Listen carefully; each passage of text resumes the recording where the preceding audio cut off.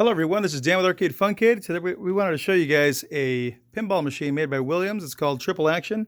And we just got done with this guy. We've been working on this guy for about 4 hours now. This is our third attempt. Probably get about 12, 16 hours in this guy. I don't know how many hours we have in this guy anymore.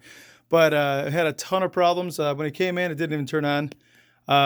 It's one of those machines we picked up in a batch of arcades or pinball machines that we picked up. So we don't only build refurbish arcades, but we also refurbish and refinish old school pinball machines as well from the 70s, 80s, and 90s, yeah, all the way up to the 2000s.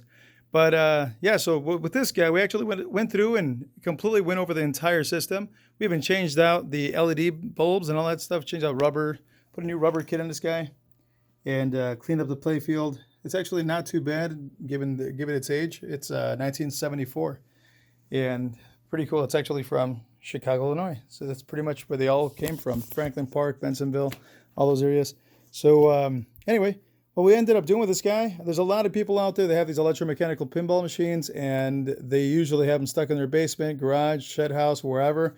And I noticed that sometimes it's the simplest, dumbest things that could go wrong that could make them just not, you just throw them in a corner and forget about them. So it's pretty much the worst thing you can do because of the fact that there's so many metal parts in these guys that they just pretty much just rust together. But anyway, I wanted to show you guys what goes on inside a pinball machine. These guys, this guy in particular. I'm gonna raise this fella here and show you guys a little bit of what happens inside this guy. And what we started doing, it took us about 3 hours to figure out one freaking thing. Once we figured out turning on the machine, we actually had one wire out of all these freaking wires. This one wire was unplugged and it didn't want to let anything work inside this guy. And it's super easy to just fall out. I could see people, picking this thing up, laying it on its back, and just having a wire fall out. There's several things that happen. Sometimes the first thing we start out with is all our fuses. They're kind of crazy. They're actually AGC or AGP, little 32 volt, 15 amp little fuses, but they all have a different amperage, so you got to really pay attention to their amperage. And here's another guy up here. This guy controls all our flippers and all kinds of good stuff. So we have our solenoids. We have a bridge rectifier up here, which was wired in. Kind of crazy. This little yellow wire here is about to slip off. But we cleaned it up, tightened everything up, changed out a couple bulbs. There was a lot of dead stuff in there. We left in some of the old school incandescent lighting, but we threw some LEDs up top. We ran out of lighting, out of bulbs. But yeah, we actually went through every single one of these pieces. We actually went through every little leaflet that goes inside these guys, top and bottom. There's so many little sides and pieces. So if you see those little dots there and these little wings there, these little metal wings, those are actually connections. So every time the solenoid moves, it actually makes a connection and makes something happen. Sound or a movement, a bonus. So there's tons of stuff going on inside these guys. And again, this is a 1974, so this wiring isn't exactly super easy to move. Some of it, just moving, you could hear the crackling. So you really gotta make sure you move this stuff very, very smooth and really easy. A lot of these connections, you can see these wires are just barely hanging on at times. So what we did is we go through and we resoldered these fellas. Just give it a quick once over. You see a lot of guys actually go and do some crazy soldering jobs. So we gotta go over a couple more of these guys. I'm noticing. But yeah, so it took us about 3 hours just to find out one freaking thing. There was a little connection right inside this guy. This little bastard right here ended up being the culprit. I could not get the ball to kick out of the shaft. Because of the fact that one connection wasn't doing its deal. So we had to bend it, and you can see up here that we did the same thing to this guy. We kind of had to bend him a little bit to give him a little bit more tension. So when the solenoid clicks over, well, let me hold this thing like this here. Yeah, when you click it over, it's got to make a little connection there, and it just wasn't touching. You can see that guy right there. Now it's touching. So that one little connection could be the cause of this entire machine, and it was the entire cause of why this machine wasn't kicking out the ball. But apart from that, we also had there's several features this machine has. You can see the ball's in play. It showed 5, so right now we pretty much just reset it and gave it a ball, took a ball away. So what that ends up doing, that little solenoid, that's what actually controls all your ball trough and all that stuff. That guy, and there's another little out hole relay fellow right there. And this guy has a top and bottom row, which is freaking nuts. Man, this thing really lets off a lot of heat. Yeah, what ends up happening is that your ball just will not kick out. There's also tilt solenoids, start solenoids, coin solenoid for your coin return, and coin just a coin in.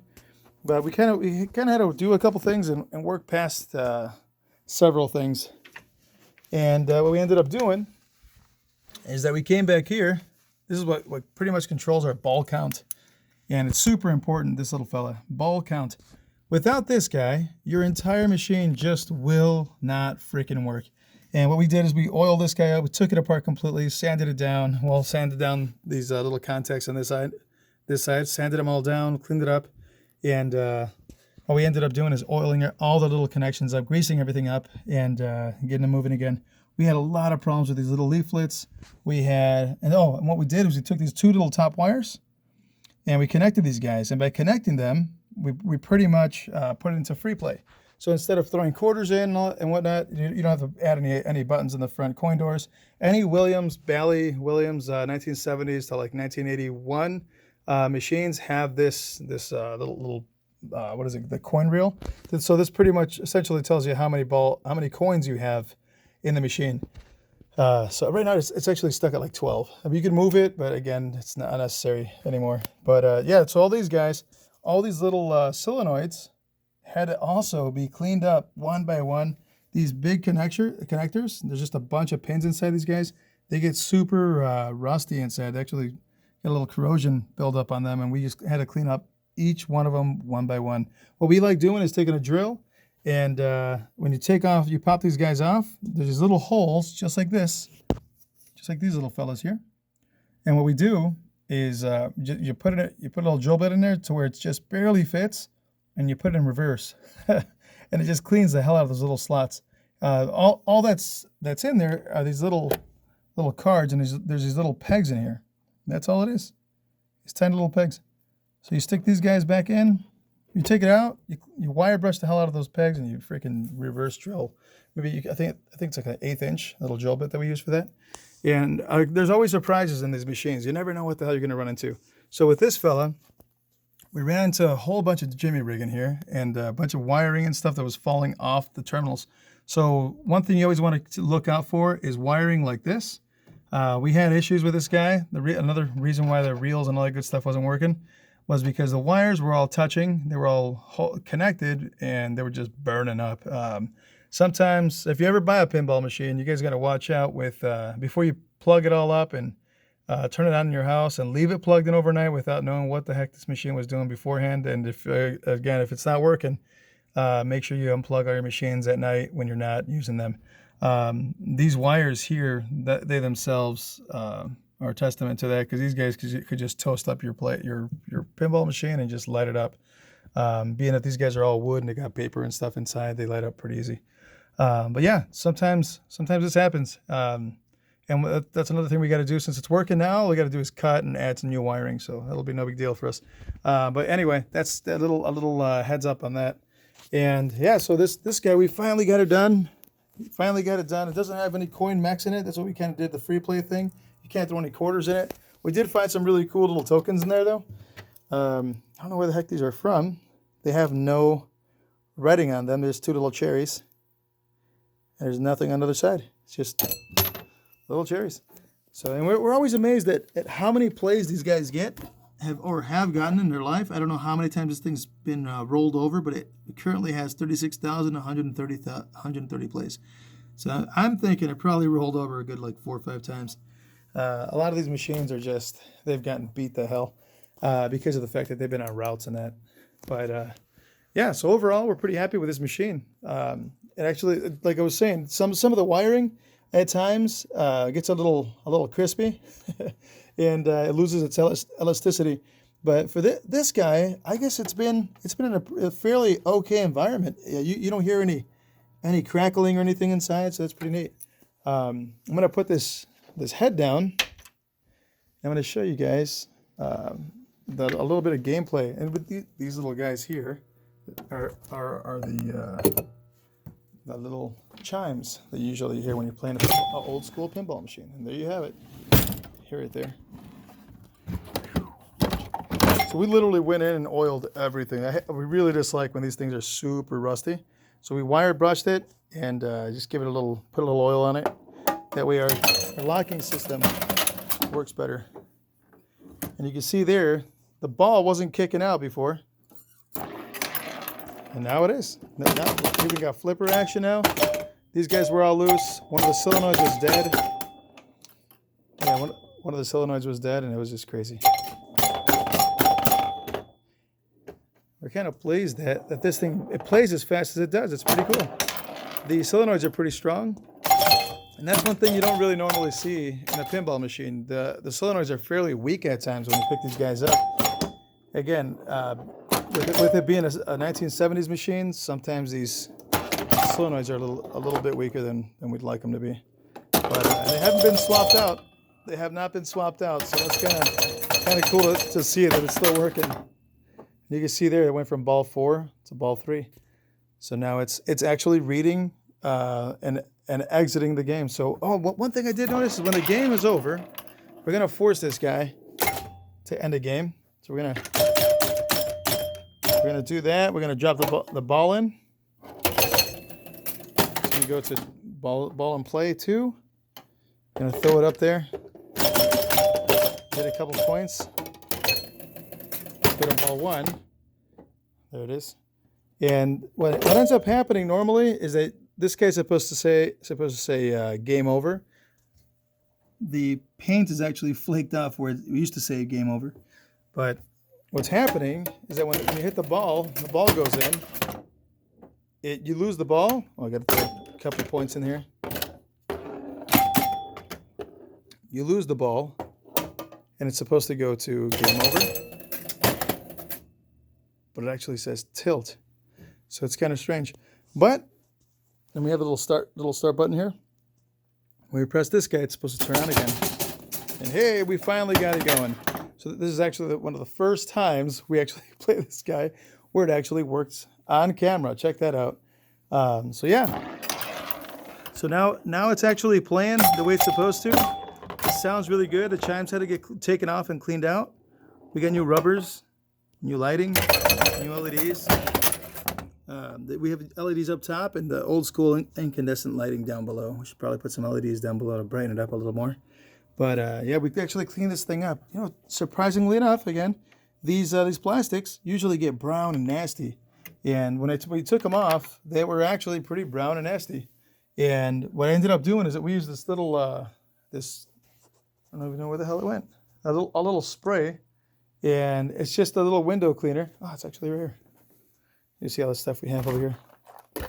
All the bulbs, look at all the bulbs we yank out of these fellas at times. It's just crazy. Extra bulbs, specialty bulbs. We use this high sheen glass cleaner, and it just melts to maximum industrial strength. And what this thing does is that it quite literally melts all the crazy, like 30, 40, 45 years worth of crap off of these, you gotta watch out with it, off of these plastics. So instead of them being brown and yellow, you can actually see that they're actually clean. They're actually white again. They were a little tinted, a little brown in that. So it's pretty neat. Pretty neat to see that stuff just melt away. And at times you do get some burn-in from the bulbs. And what ends up happening is that the bulbs actually burn the actual plastic on this guy. So there's no, I guess they've reached the point of no return. They're just going to be burned out and brown. But you can always replace the plastics for these machines. So that's neat. If you got broken plastics in that, you can pretty much pick them up at anywhere online. So anyway, that's our little video and showing you guys what we have to go through at times trying to repair these guys. There's so many things going on with these fellas, and it takes so long to repair these fellas, being that they're the old school mechanical style machines. The nice part is that most of the time you don't have to buy any parts. It's just parts that have stuck together, or like again, the grease on the back wheels have just pretty much seized, and they just need to get some cleanup and get cleaned up. And what we usually like using is some electronic cleaner. And we use some PB Blaster, and we do have some white lithium grease we use to grease up all the little spindles in the back. So that's pretty neat. But simple stuff. We're gonna wax this playfield next and change out that one middle bulb I see that died. I think we just changed that guy, but it came loose. Nice. So anyway, yeah, hopefully you guys like the machine, and if you guys have any questions or have a pinball machine you guys need some help on, feel free to give us a call or just send us a message, and maybe we can help you guys out. We have plenty of machines we can pretty much use as a reference, and so that really helps out a lot. And anyway, have a great night and have a great day, or whenever you guys are watching this. It's pretty late tonight. And again, thanks for watching. And this is Arcade Funkade. Dan with Arcade Funkade. Peace out. Take care.